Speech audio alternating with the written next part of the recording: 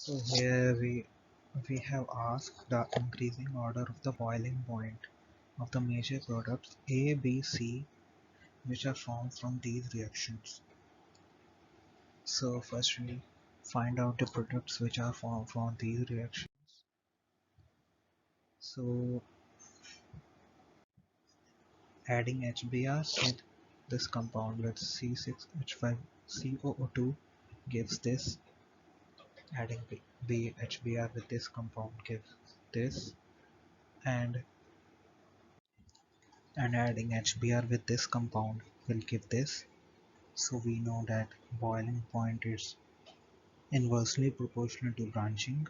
So higher the branching, lower the boiling point. So option B have highest branching, and then option C have next highest branching,